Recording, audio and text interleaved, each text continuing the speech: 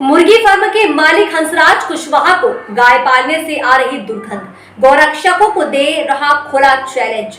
बड़ी खबर आपको बता दें, प्रयागराज में पोल्ट्री फार्म के उठ रहे दुर्गंध से संक्रामक बीमारी फैलने की आशंका। पोल्ट्री फार्म के दूषित हवा से गांव के लोगों का सांस लेना हुआ दूभर। देश के भविष्य जिनके हाथ में होना चाहिए, कलम व नाबालिग बच्चे पोल्ट्री फार्म में कर रहे ड्यूटी। देखिए हमारी खास रिपोर्ट। जनपद प्रयागराज के विकास खंड जसरा की ग्राम पंचायत गीज मजरा पूरे बैजनाथ इन दिनों पोल्ट्री फार्म की बाढ़ सी आ गई है। गांव के लोग पोल्ट्री फार्म की दुर्गंध से जीवन जीने को मजबूर हैं। विभागीय जिम्मेदारों की लापरवाही से पोल्ट्री फार्म के उठते दुर्गंध से लोगों का जीना मुहाल हो गया है। नजारा यह है कि गाँव के बीच में दबंगों द्वारा 4 पोल्ट्री फार्म खोले दिए गए हैं।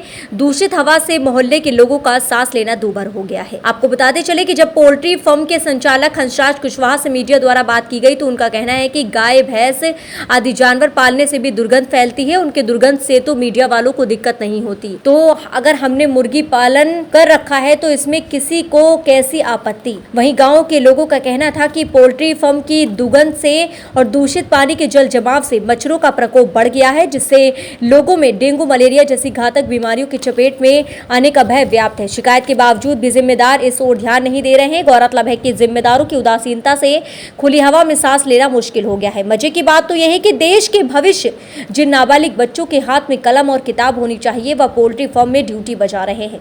बच्चों से जानकारी लेने पर बच्चों द्वारा बताया गया कि हम लोग 200 रुपए प्रतिदिन के हिसाब से ड्यूटी करते हैं, जो कि बाल श्रम के अपराध की श्रेणी में आता है। गाँव के लोगों ने उच्च अधिकारियों का ध्यान इस ओर आकृष्ट करवाया है कि पोल्ट्री फार्म खोलने के लिए एक निश्चित मानक संबंधित विभाग के द्वारा तय होता है। बावजूद इसके मानक को ताक पर रखकर गाँव के दबंगों ने पोल्ट्री फार्म गांव के बीच में बना रखा है। अगर समय रहते संबंधित विभाग के आला अधिकारियों की कुंभकर्णी नींद भंग नहीं हुई तो दूषित हवा की दुर्गंध से संक्रामक बीमारी फैलने से रोक पाना असंभव होगा। इस विषय पर जिला गोरक्षा प्रमुख विजय पांडे से वार्ता कर मीडिया द्वारा पूछा गया कि जहां एक ओर सरकार गाय को राष्ट्रीय पशु घोषित करने की बात कह रही है, वहीं दूसरी ओर पोल्ट्री फार्म के संचालक द्वारा गाय को पालने से दुर्गंध की बात कही जा रही है। जो हिंदू धर्म में गाय को माता का दर्जा दिया जाता है, सीधे तौर पर गाय माता का अपमान है। इस पर गौरक्षा जिला प्रमुख विजय पांडे ने कहा कि गौवंश का अपमान करना हिंदू धर्म की आस्था पर कुठारघात करना है। इस पर संस्था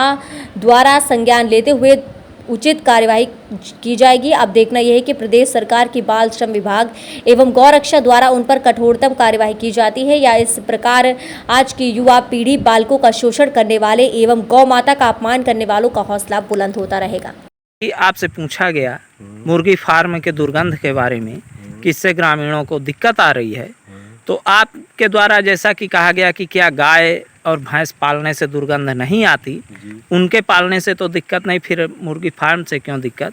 तो हम ये जानना चाहते हैं कि गाय पालने से कहाँ और किस प्रकार से दुर्गंध आ रही है।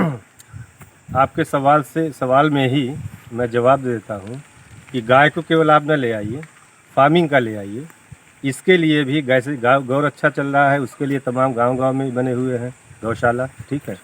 तो उसकी जो दुर्गंध है या जो वो है, वो बात की बात है।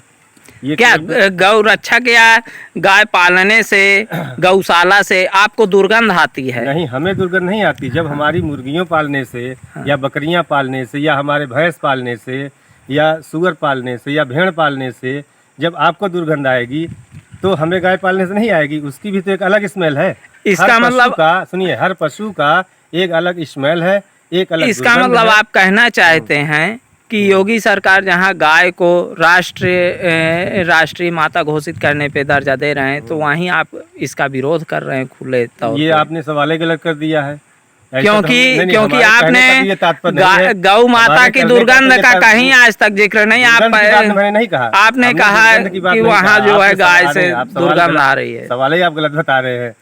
नहीं, सवाल नहीं, हमने उसकी मतलब अवहेलना नहीं, आपने ये कहा अलग अलग दुर्गंध, तो वही हमने कहा नहीं है उससे।